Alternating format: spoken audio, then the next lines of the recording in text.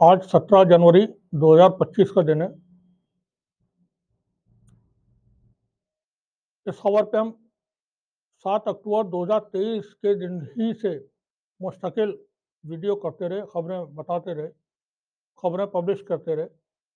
ये बड़ी घटना थी जो 7 अक्टूबर 2023 को फ़लस्तीन के ग्रुप्स ने इसराइल के ऊपर हमला किया था। उस हमले में इसराइली एजेंसीज़ या मीडिया के मुताबिक 1300 से ज़्यादा इसराइली मारे गए थे। 240 से ज़्यादा इसराइल के लोग बंधक बना लिए गए थे, जिनको हमास के लोग अपने साथ गाज़ा में ले गए थे। बहुत सारी चीज़ें इस दौरान होती रहीं। लंबी जंग, बहुत ही बुरी वाली जंग ये हुई, जिसमें नस्ली सफाया इसराइल और अमेरिका ने मिलकर के किया फ़लस्तीन के लोगों का। इस जंग में कब-कब, क्या-क्या हुआ, थोड़ा-सा हम उस पर बात करेंगे। और अब ये बता दें कि जो सीज़ फायर का मामला था, वो फाइनल हो गया है। इसराइल की कैबिनेट ने सीज़ फायर डील को मंजूरी दे दी है। नेतन्याहू की तरफ से इस बात पर स्पष्टीकरण आ गया है या बयान आ गया है कि हाँ, हमने डील को एक्सेप्ट कर लिया है। इस डील के एक्सेप्ट कर लेने से वक्त तक, अभी तक पिछले 3 दिन के अंदर 100 से ज़ायद फ़लस्तीनी लोग इसराइल की गोलाबारी में शहीद हुए हैं, क्योंकि इसराइल के हमले अभी तक जारी हैं। ये डील अमल में आएगी 19 तारीख को 12 बजे से, रात के 12 बजे से ये डील अमल में आएगी, क्योंकि 20 तारीख को डोनाल्ड ट्रंप अपना ऑफिस संभालेंगे। अमेरिकी राष्ट्रपति की हैसियत से वो अपना कारोबार संभालेंगे, तो उससे पहले एक तरह से ये उनके लिए गिफ्ट है, डोनाल्ड ट्रंप के लिए। इसको लेकर के बहुत सारी बातें हैं मीडिया में, हम बहुत ज़्यादा उस पर डिस्कस नहीं करेंगे। फिलहाल हम ये बताने की कोशिश करें कि जब 7 अक्टूबर 2023 को इसराइल के ऊपर हमला हुआ, तो उस दिन से पहले तक इसराइल दुनिया की एक सुपर पावर था। पूरी दुनिया में उसने भौकाल अपना कायम किया हुआ था, और सभी मुल्क दुनिया भर के उसकी मिलिट्री की, इंटेलिजेंस की, मोसाद की, इनकी बड़ी तारीफ़ें किया करते थे। और उनका रिकॉर्ड भी कुछ इसी तरह का है, जो उन्होंने बीते सालों में किया, दुनिया भर में ऑपरेशंस किए, लोगों की किलिंग की, टारगेट किलिंग की। तो इसराइल एक ऐसा मुल्क था जो अजय था, जिसको कोई हरा नहीं सकता था, पत्ता भी पर नहीं मार सकता था वहाँ पर। और हमास के लोगों ने इतना बड़ा कारनामा कर दिया कि इसराइल की एजेंसीज को जानकारी नहीं हुई। अब ये इसमें भी कई सारी बातें थी कि वो जानकारी थी, लेकिन इंटेलिजेंस ने इसको छिपा करके रखा, क्योंकि उनके लॉन्ग टर्म टारगेट्स थे इसराइल के, इसलिए उन्होंने छिपा करके रखा। फिर भी हम ये मान के चलते हैं कि इसराइल को पता नहीं था, इसराइल की एजेंसीज को नहीं पता था, और ये फ़लस्तीन के लोगों ने बड़ा कारनामा किया था। सच में बड़ा कारनामा है। हम तो भारत के मीडिया में इसराइल की तारीफ़ें सुनते रहे, इसराइल की फ़ौज, इसराइल के हथियारों की तारीफ़ें सुनते रहे, लेकिन वो उसे शिकस्त हुई थी 7 अक्टूबर 2023 को। जैसे ही हमला हुआ, उसके बाद इसराइल में एकदम सन्नाटा छा गया, वहाँ कोई पता नहीं था। पूरे 24 घंटे तक अफरा-तफरी मची रही। किसी के समझ में ये नहीं आ रहा था, ये सब हुआ कैसे, क्या हो गया? अब पूरी दुनिया में सन्नाटा था, यूरोप में, अमेरिका में। सीआईए को पता नहीं था, पेंटागन को पता नहीं था, और जो इसराइल के हमायती हैं, उनकी एजेंसीज़ को नहीं पता था। इतना बड़ा काम हो गया। बिल्कुल जैसे कोई करिश्मा हो जाना, क्योंकि इसराइल के खिलाफ इतनी बड़ी कार्रवाई किसी ने सोची भी नहीं होगी, इसराइल ने भी नहीं सोची होगी कि इतना बड़ा हमला होगा फ़लस्तीन के अंदर से। हमला होने के बाद फिर इसराइल ने फ़लस्तीन के इलाकों पर, गाज़ा पट्टी और वेस्ट बैंक में ज़बरदस्त गोलाबारी शुरू की। एयर अटैक्स शुरू किए और 26 अक्टूबर 2023 तक ये अटैक्स होते रहे। साथ ही ग्राउंड ऑपरेशन की तैयारियां होती रहीं कि ज़मीन के रास्ते गाज़ा में दाखिल हुआ जाए और वहां जा करके फिर कार्रवाइयाँ की जाएं। 26 या 27 अक्टूबर 2023 को इसराइल ने ज़मीनी ऑपरेशन शुरू किया। अपने मार्कोवा टैंक्स और कुछ और टैंक्स जो उनके पास थे, उनको भेजा। पहली नफरी या पहली यूनिट जब दाखिल हुई गाज़ा में, तो उनको अंदाज़ा नहीं था कि हमास ने किस तरह की तैयारी की हुई है। 4 टैंक जब उनके दाखिल हुए, तो चारों टैंक हवा में उड़ा दिए गए और जो नफरी पैदल उनके पीछे चल रही थी, वो सब पैदल भागी वापस। और उसमें जब पैदल भागे, तो माइन्स लगाए हुए थे, वो माइन्स ब्लास्ट हुए, फिर गोलियां उन पर चलाई गई। काफ़ी नुकसान पहले ही दिन इसराइल को ज़मीनी ऑपरेशन में हुआ था। बाद में इसराइल ने अपनी पॉलिसी चेंज की और नए हमले शुरू किए। नए हमलों में उनको कामयाबी भी मिली। कामयाबी इसलिए मिल रही थी कि उनके पास पूरा अपना एक फ़ौज है मुल्क की, जैसे मुल्कों के पास होती है। एयरफोर्स है, मिलिट्री है, उनके पास नेवी है, ड्रोन है, सब कुछ है। हमास के पास एयरफोर्स नहीं थी, नहीं है। उनके पास काम चलाऊ वेपन्स थे, ड्रोन भी काम चलाऊ थे। तो बस ऐसे ही वो उन्हीं से मुकाबला कर रहे थे।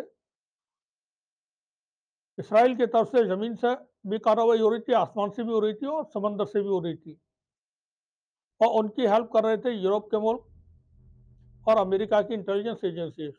सैटेलाइट से इंफॉर्मेशन देना, लोकेशन बताना, कहाँ पर टारगेट करना है, कहाँ लोग छिपे हुए हैं, ये सब वो देख लेते थे और इसराइल को इन्फॉर्म कर देते थे।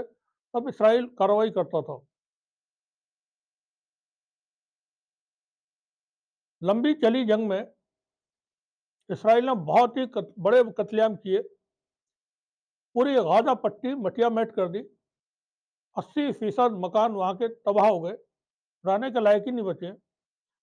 एक भी अस्पताल, एक भी स्कूल, एक भी रेफ्यूजी कैंप गाजा में, वेस्ट बैंक में बाकी नहीं बचा है, सब खत्म हो गए। उनके अपने टारगेट्स थे कि अब जब ये हो गया है तो फिर हम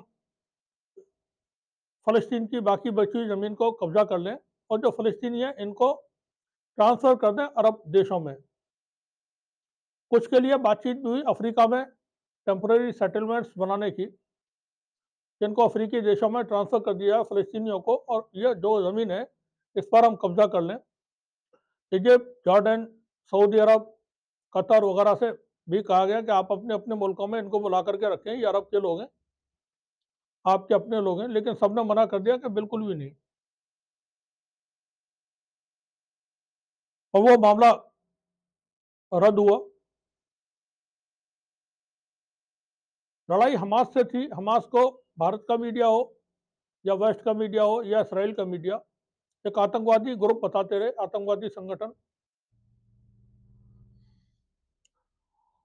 अब ये लड़ाई जो शुरू हुई थी, हमला क्यों किया था हमास ने, इस पर हमने शुरू में ही बिल्कुल पहले दिन 7 अक्टूबर 2023 को जो वीडियो किया था, वो इसी चैनल पर आपको नीचे मिल जाएगा।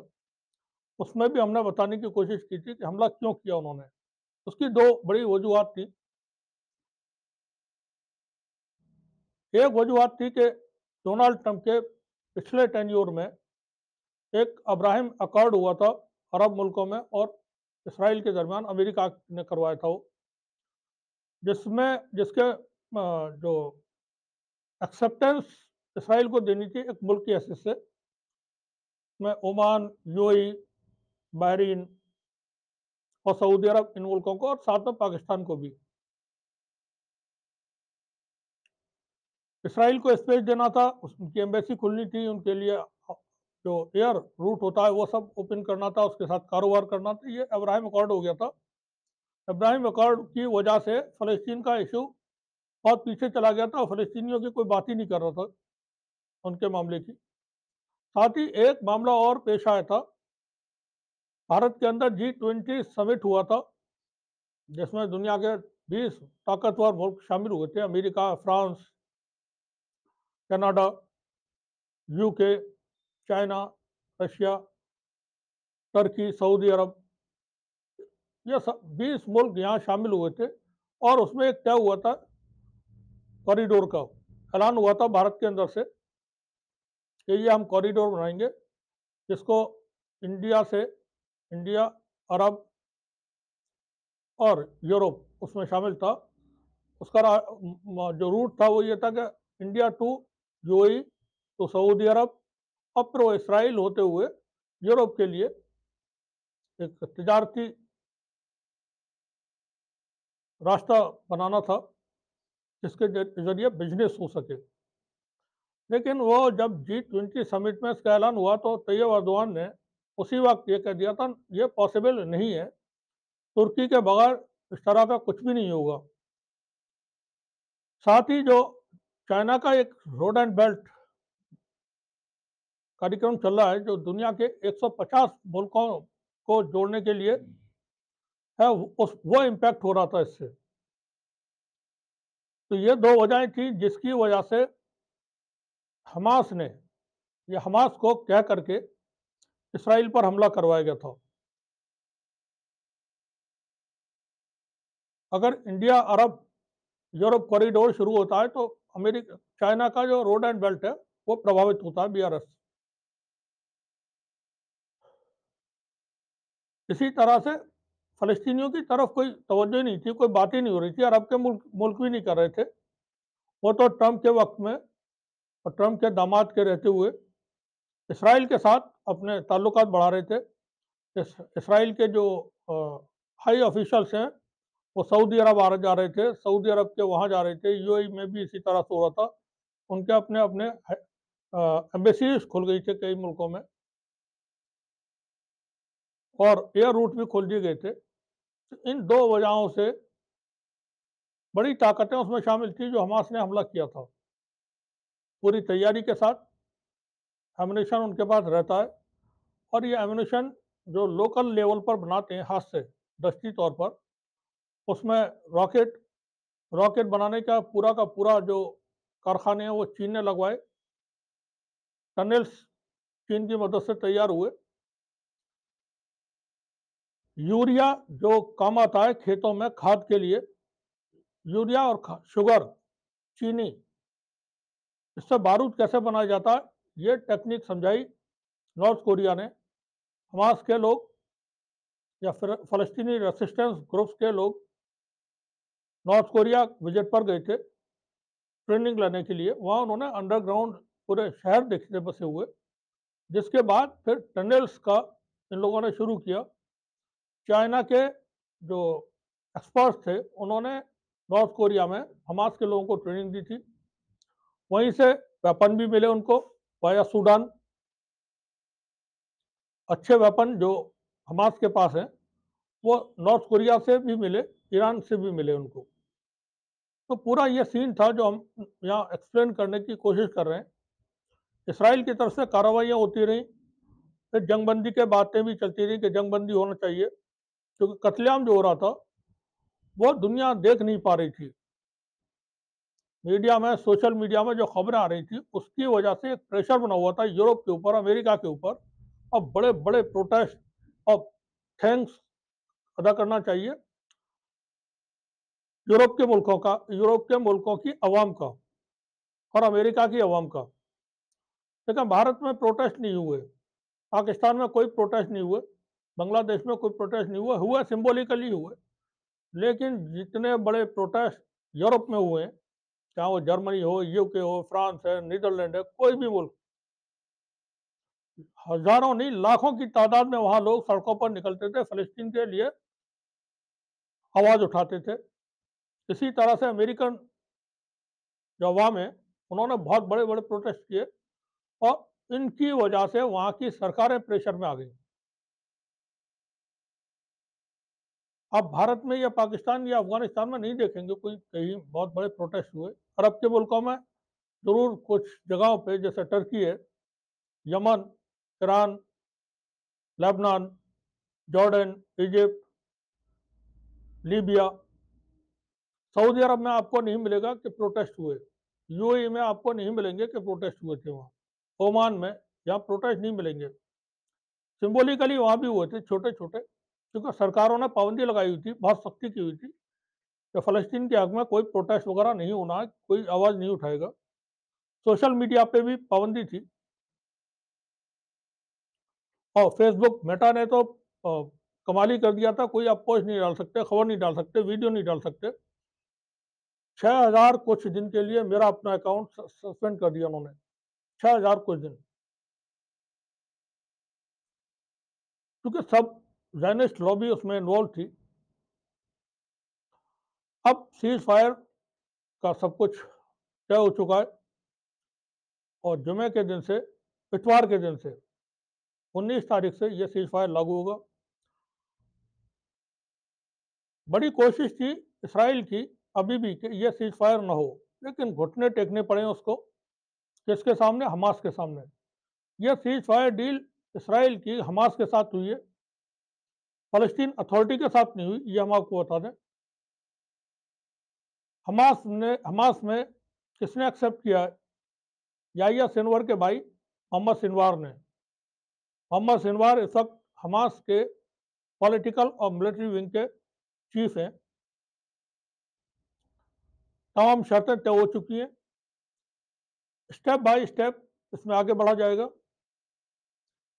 42 दिन के लिए ये सीज फायर है। पहले ही दिन से इसराइल के 2 या 3 लोग रिहा होंगे, बदले में फ़लस्तीन के जो कैदी जेलों में हैं, जो 7 अक्टूबर 2023 के बाद गिरफ्तार किए गए हैं, वो छोड़े जाएंगे। उसमें बच्चे होंगे, मर्द होंगे, औरतें होंगी, बुजुर्ग होंगे, उनको छोड़ा छोड़ा जाएगा। फिर 16 दिन के बाद आपस में निगोशिएशन सेकंड स्टेप के होंगे, सीज फायर का जो सेकंड फेज होगा उसके लिए। और दुनिया के जो मुल्क हैं वो इस पर नज़र रखेंगे कि किसी तरह से कोई फरीक गड़बड़ न कर सके। इसराइल में अगर अभी भी मगर बेचैनी है, इसराइल के जो ज़ायनिस्ट हैं, हुकूमत में जो शामिल हैं, कट्टरपंथी, कोalition गवर्नमेंट है नेतन्याहू की, वो धमकी दे रहे हैं नेतन्याहू को कि अगर तुमने अभी भी, जब ये सीज फायर के लिए कैबिनेट की मंजूरी मिल गई है, उसके बाद भी धमकी दे रहे हैं कि अगर तुमने इसको एक्सेप्ट किया तो हम हुकूमत से अलग हो जाएंगे। तो मुमकिन है नेतन्याहू की हुकूमत गिर जाए इस मुद्दे पर, क्योंकि 2 लोग बस से नीचे उतारे जाने 20 तारीख तक या 20 तारीख के बाद में, बस के नीचे धक्का देकर के कुचले जाने, डोनाल्ड ट्रंप के आने से पहले और आने के बाद। एक नेतन्याहू है, दूसरा ज़ेलेंस्की, यूक्रेन का प्रेसिडेंट, उसकी भी हालत बहुत पतली है। तो हम बात सिर्फ अभी हमास और इसराइल के डील पर करेंगे। पहले फेज में जो 42 दिन के लिए होने जा रही है, इसमें कई हज़ार लोग रिहा होंगे फ़लस्तीन के, जो जेलों में बंद हैं। इसमें एक बहुत बड़ा नाम है मरवान बगूती। ये 2010 से जेल के अंदर हैं। पिछली बार एक डील हुई थी, उस डील में 2 लोगों को छोड़े जाने की शर्त रखी थी हमास ने, जिसमें याह्या सिनवार और मरवान बगूती थे। तो मरवान बगूती ने कह दिया था याह्या सिनवार के लिए कि पहले आप रिहा होइए। तालमेल देखें आप, पॉलिटिक्स में और समाजियात में और मकसद के मामलात में कितना फ़र्क होता है। मरवान बगूती ने कह दिया था याह्या सिनवार को कि आप रिहा होइए, और वो रिहा हुए थे, और रिहा होने के बाद फिर वो, आपने देखा उन्होंने किस तरह से जंग लड़ी, वो तारीख का एक अ, बाब हो गए, तारीख का एक हिस्सा हो चुके हैं याह्या सिनवार और उनकी शहादत। अब मरवान बगूती को छोड़ा जाना है, और इस पर फैसला किसको लेना था? याह्या सिनवार के छोटे भाई मोहम्मद सिनवार को, और वो इस बात पर अड़े रहे कि उनकी रिहाई होगी। अब उनकी रिहाई सेकंड फेज में होगी, ये हम आपको बता दें। मरवान बगूती बहुत बड़े नाम है, और ये वो हमास के लीडर नहीं है, वो ये भी ध्यान रखें आप, वो फतह के हैं, जिसको शेख यासीन ने बनाया था, फतह संगठन को, वो फतह के लीडर हैं। लेकिन उनकी रेस्पेक्ट बहुत है, और इस वक्त फ़लस्तीन के सबसे पॉपुलर लीडर वो मरवान बगूती है। हमने पहले भी कहा था हमास, हिजबुल्लाह, हूती जो इस तरह के संगठन है, इनमें लीडर के मारे जाने से संगठन खत्म नहीं होते हैं, उनकी ताकत खत्म नहीं होती है, उनका मकसद जो है वो फौत नहीं होता है। तो ये डील हो चुकी है सेकंड फेज में, फिर आगे के लिए। और हर वो शर्त जो हमास ने रखी थी वो सब माननी पड़ी है इसराइल को। तमाम हमास की शर्तों पर ये डील हुई है, ये भी आप ख्याल रखें। इतना ताकतवर मुल्क जो एड़ी चोटी का जोर लगाया हुआ था, और लास्ट मैन जब तक जिंदा है हमास का, तब तक वो जंग लड़ने के लिए कह रहे थे। तो अमेरिकी एजेंसीज की रिपोर्ट है, अमेरिकी फॉरेन मिनिस्टर एंटनी ब्लिंकन ने अभी 2 दिन पहले अपने एक बयान में कहा कि हमास को इसराइल नहीं हरा सकता है जंग के जरिए, उसके लिए कोई दूसरे तरीके अपनाए जाएं। साथ ही अमेरिकी एजेंसीज की खबर है कि जितने लोग शहीद हुए हमास के जंग में, उनकी नफरी बढ़ गई है, उनके फौजियों की तादाद बढ़ गई है, उससे ज़्यादा लोग भर्ती हो गए हैं। एक एक के घर से 2-2 दर्जन लोग शहीद हुए हैं। अब जो बच गए 2 आदमी 4 आदमी, वो कहाँ जाएंगे? वो हथियार लेकर के लड़ेंगे? अब जंग कैसे खत्म करेंगे? ऐसे नहीं होगी। तो फर्स्ट फेज के बाद सेकंड फेज शुरू होगा। इसराइल की पूरी फौज मुकम्मल तौर पर गाजा से बाहर निकलेगी। पहले वो 200 मीटर निकलेगी, फिर 300 मीटर पीछे होगी, फिर 500 मीटर पीछे होगी, इस तरह से। रफा कॉरिडोर से इसराइल की फौज ने कल से वापस सुनना शुरू कर दिया है, उसको खाली करना शुरू कर दिया है। गोलान हाइट्स को अभी सीरिया में जो डेवलपमेंट्स हुए थे, इसराइल ने कब्जा कर लिया था। गोलान हाइट्स को भी खाली करना पड़ेगा, ये लिख करके दिया है इसराइल ने इस एग्रीमेंट में। वो वहां से ही पीछे हटेंगे, और जो बफर जोन था सीरिया और इसराइल के दरमियान, जिस पर कब्जा कर लिया है नेतन्याहू की फौज ने, इस वक्त वहां से भी वापस आना पड़ेगा उनको। तो हर वो शर्त जो फ़लस्तीन के लोगों ने, फ़लस्तीन की अवाम ने, हमास ने रखी थी, वो इसराइल को मानना पड़ी है।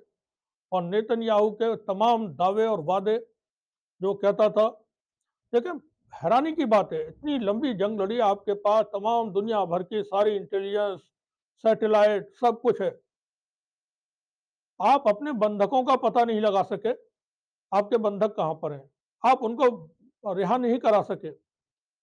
अब आप डील में उनको रिहा करवाएंगे। पूरी ताकत झोंकने के बाद भी इसराइल को उसके बंधक नहीं मिले। पिछली बार जब डील हुई थी सीज फायर की, 100 कुछ लोग बरी कर दिए थे, रिहा कर दिए थे हमास ने। अब ये बाकी जो हैं 96 बंदी हैं हमास के पास इस वक्त, जिसमें 2 बंदी 2004 से के भी हैं, जो 2004 में हमास ने पकड़े थे, वो भी शामिल है। उनकी रिहाई लेकिन अभी नहीं होगी। उनकी रिहाई होगी याह्या सिनवार की जो डेड बॉडी है, क्योंकि इसराइल उसको नहीं देना चाहता है। इसराइल याह्या सिनवार की डेड बॉडी को नहीं देना चाहता है, तो उस पर निगोशिएशंस चल रहे हैं। अभी वो फर्दर जब सेकंड फेज की बात होगी, फिर जब थर्ड फेज आएगा, तो तब तक फर्स्ट और सेकंड फेज में इसराइल की फौज मुकम्मल तौर पर फलस्तीन के इलाकों से निकल चुकी होगी। और थर्ड फेज में रीएस्टेब्लिशमेंट, रिबुल्ड करने की, दोबारा से वेस्ट बैंक और गाजा को खड़ा करने की, वहाँ इमारतें बनाने की, रिहायशी इमारतें, अस्पताल, ये बनाने का कार्यक्रम शुरू होगा। ये कई साल इसमें लगेंगे, और इसमें अरब के मुल्क, अमेरिका, यूरोप के मुल्क और इसराइल को भी शामिल होना पड़ेगा, क्योंकि अब जब इंटरनेशनल मीडिया दाखिल होगा गाजा में, और वहाँ जो खबरें निकलेंगी, सामूहिक खबरें, और जो तबाही दुनिया देखेगी मीडिया के जरिए, क्योंकि अभी तक तो मीडिया वहाँ सेंशन था, खबरें आ ही नहीं सकती थी बाहर। अब खबरें आएंगी बाहर निकल के, और लोगों के बयान आएंगे। जो मीडिया वाले जाएंगे, लोगों से मिलेंगे, पूछेंगे वहाँ के हालात, जंग कैसी रही, क्या क्या बीता, तो वो लोगों के जो बयान आएंगे वो आपके रोंगटे खड़े कर देंगे। 500 ट्रक अभी तक पहुंच रहे हैं, खाने-पीने का, खुराक का सामान लेकर के वो तादाद बढ़ने जा रही है और 1-2 दिन में वो तादाद ट्रक्स की और बढ़ जाएगी। तो सेकंड फेज़ के बाद बातचीत होगी गाज़ा को दोबारा से खड़ा करने की, दोबारा से बसाने की और गाज़ा को 2 स्टेट सॉल्यूशन जो होना है, इस्राइल अलग मुल्क और फ़लस्तीन अलग मुल्क, उस पर बातचीत होगी और ये बातचीत कंटिन्यू होगी, लिख कर के दिया हुआ है नेतन्याहू ने एग्रीमेंट में। 2 स्टेट सॉल्यूशन का भी लिख कर के दिया हुआ है और वो सऊदी अरब और बाकी मुल्कों पर ट्रंप का जो आना होगा उसके बाद अब्राहम अकॉर्ड को शायद वो रिवाइव करेंगे और उसके बदले में फिर ये इस तरह का कुछ 2 स्टेट सॉल्यूशन वाला मामला होगा। लेकिन ये हो जाएगा जहाँ तक उम्मीद है। बड़ी ताकतें इसमें शामिल हैं और बहुत नुकसान हुआ इसमें ईरान का, हम पहले डिस्कस कर चुके हैं। ईरान के प्रेसिडेंट थे इब्राहिम रईसी, 21 मई 2024 को उनकी शहादत हुई। फिर इस्माइल हनिया, उनकी शहादत 31 जुलाई 2024 को होती है। तेहरान के अंदर उनकी हत्या हो जाती है, कत्ल कर दिया था उनको। हसन नसरुल्लाह, हिजबुल्लाह के चीफ, उनकी शहादत 28 सितंबर 2024 को होती है।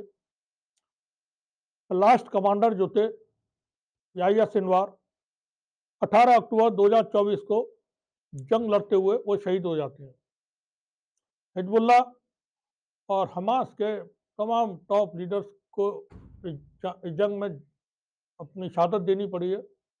हुतीज ने कमाल कर दिया, ईरान ने कमाल किया, सऊदी अरब ने भी कमाल किया, डिप्लोमेसी ज़बरदस्त की है।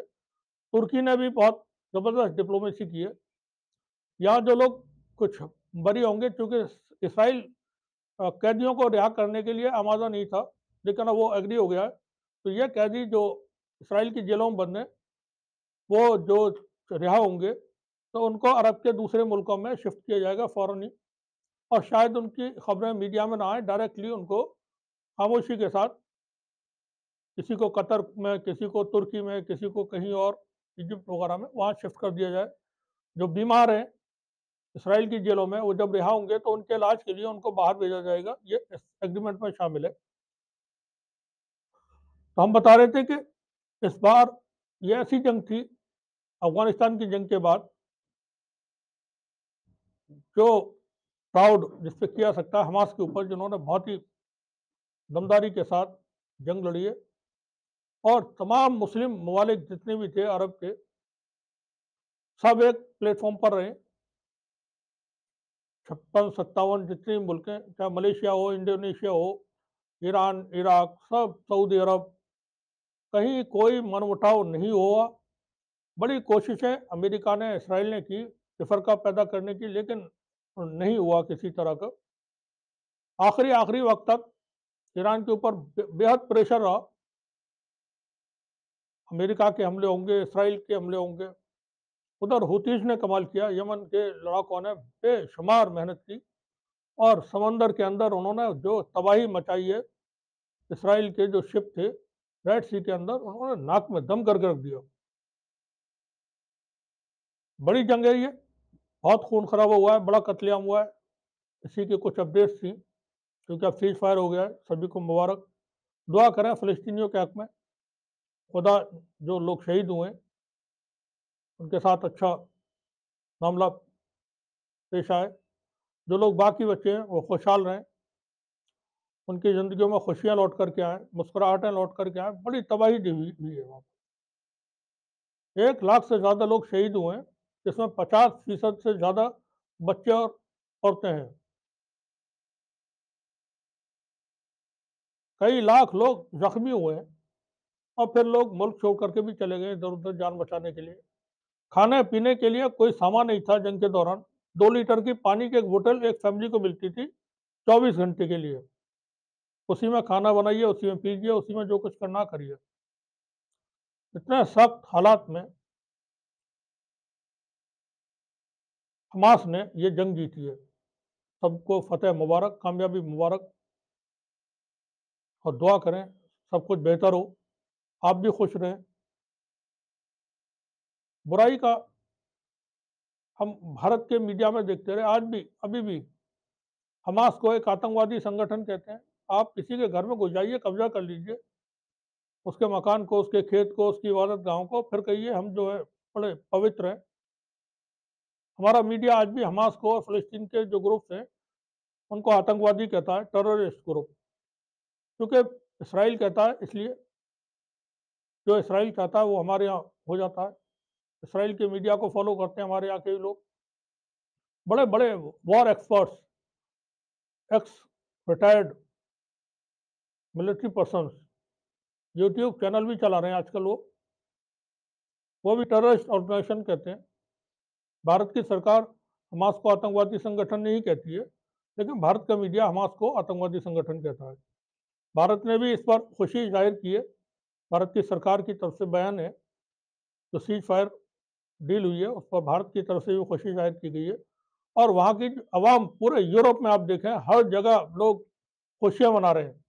अब फिर से कहूँगा, लोगों को शुक्रिया अदा करना चाहिए यूरोप की अवाम का, अमेरिका की अवाम का, कि उन्होंने पूरी ताकत के साथ, पूरी बहादुरी और हिम्मत के साथ फ़लस्तीन के साथ यकजहती रखी। बहुत ही खतरनाक जंग थी ये, लेकिन सब एक रहे।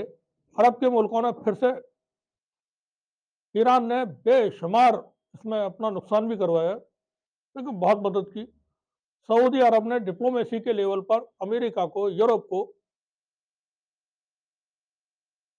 घेरे रखा, प्रेशर बनाए रखा उनके ऊपर। उधर कतर तो इस वक्त सेंटर बना हुआ है, और पुतिन और ट्रंप की मुलाकात के लिए जो तैयारियां हो रही हैं, उसमें स्विट्जरलैंड का नाम है, कतर का नाम है, तुर्की और सऊदी अरब के, यहाँ कहीं उनकी मुलाकात इसी महीने में शायद होगी। सऊदी अरब के लिए लोग ज़्यादा कह रहे हैं कि शायद सऊदी अरब में, वैसे स्विट्जरलैंड का नाम सर फहरिस्त है कि वहाँ पुतिन और ट्रंप की मुलाकात होगी। तो दुनिया में खुशहाली होना चाहिए। ये लड़ाई झगड़े, दहशतगर्दी भी वही मुल्क पैदा करते हैं, जिसमें यूके है, इसराइल है, अमेरिका है, ये लोग। एरिक प्रिंस कौन है, कभी सुना आपने नाम? इस बार हम वीडियो करेंगे, बताएंगे। एरिक प्रिंस दुनिया का बेहद खतरनाक आतंकवादी है, बड़े बड़े टेंडर लेता है वो। अमेरिकी नागरिक है, अमेरिकी हुकूमत के साथ मिलकर काम करता है, दूसरे मुल्कों में अपने लोग भेज करके आतंकवाद फैलाता है। एरिक प्रिंस, इस पर करीब कभी करेंगे वीडियो। शुक्रिया आप सभी का।